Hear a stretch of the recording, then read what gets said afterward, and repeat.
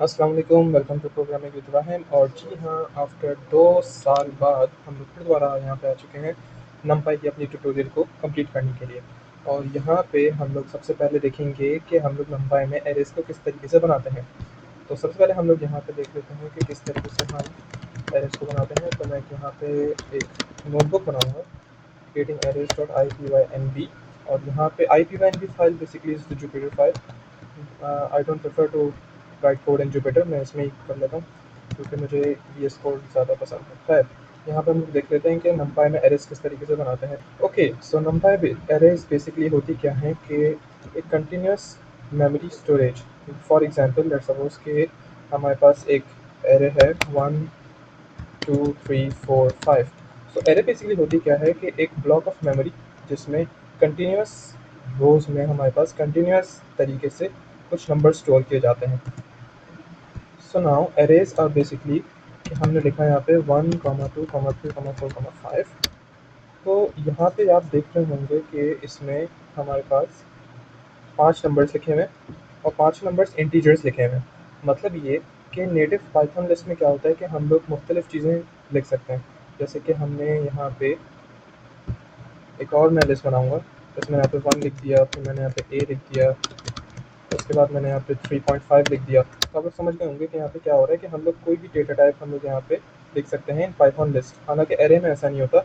Array क्या है, एक डेटा स्ट्रक्चर है कि जिसमें कंटिन्यूस मेमोरी स्टोरेजेस में हमारे पास डेटा स्टोर होता है और उसको एक्सेस भी हम बहुत ज़्यादा तेज़ी से कर सकते हैं, तभी ये फास्ट होता है। खैर, हम लोग यहाँ पे एरे बनाएंगे। तो लेट्स सपोज मैं यहाँ पे कर देता हूँ माई array equals np dot array. हमें np डॉट एरे यूज़ करना पड़ता है और वही चीज़ हम यहाँ पे लिख देंगे and then we can just access it like this.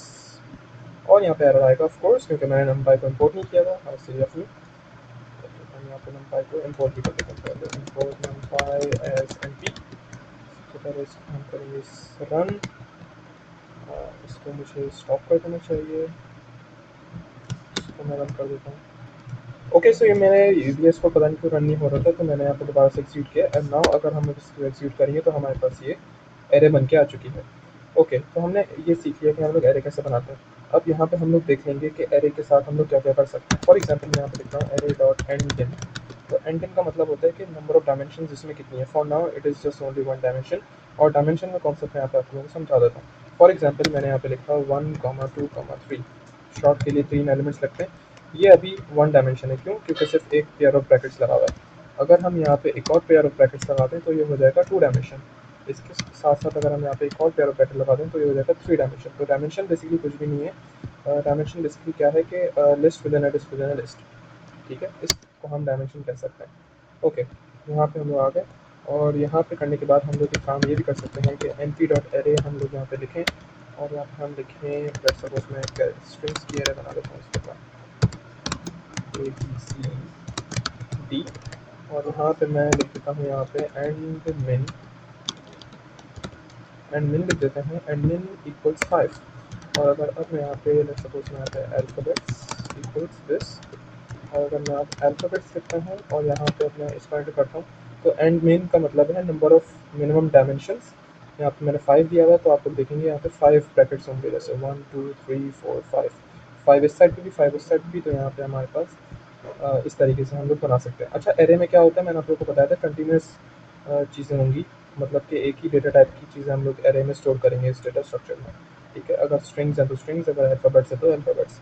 उसके बाद हम लोग क्या करेंगे कि लेट्स सपोज यहाँ पे एरे लिस्ट से डिफरेंट इस तरीके से भी होती है कि लेट्स सपोज मैंने यहाँ पे लिख दिया 3 4 5। और यहाँ पे मैं इसकी डेटा टाइप बता सकता हूँ कि मतलब किस तरीके से हमें इसको कितनी मेमोरी देनी है इन साइड द मेमोरी। तो लेट्स सपोज मैं यहाँ पे लिख देता हूँ np डॉट इंट 8। और उसके बाद मैं यहाँ पे लिखता हूँ मेमोरी इन एरे।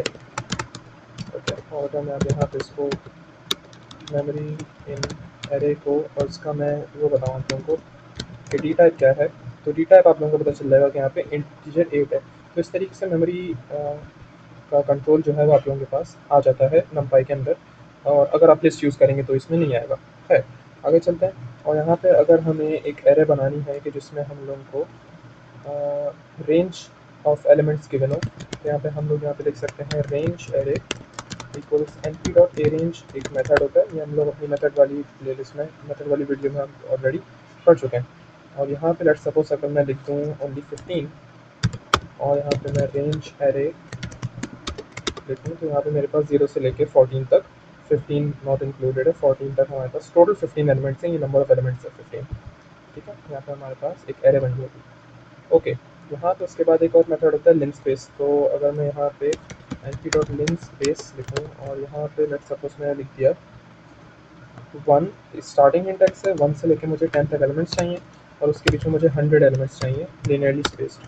तो हमारे पास यहाँ पे लीनियरली स्पेस्ड 1 से लेके 100 तक ऐसे नंबर आ जाएंगे, 1 से लेके 10 तक ऐसे नंबर आ जाएंगे जो कि लीनियरली स्पेस्ड है और उनकी तादाद कितनी होगी 100, ठीक है।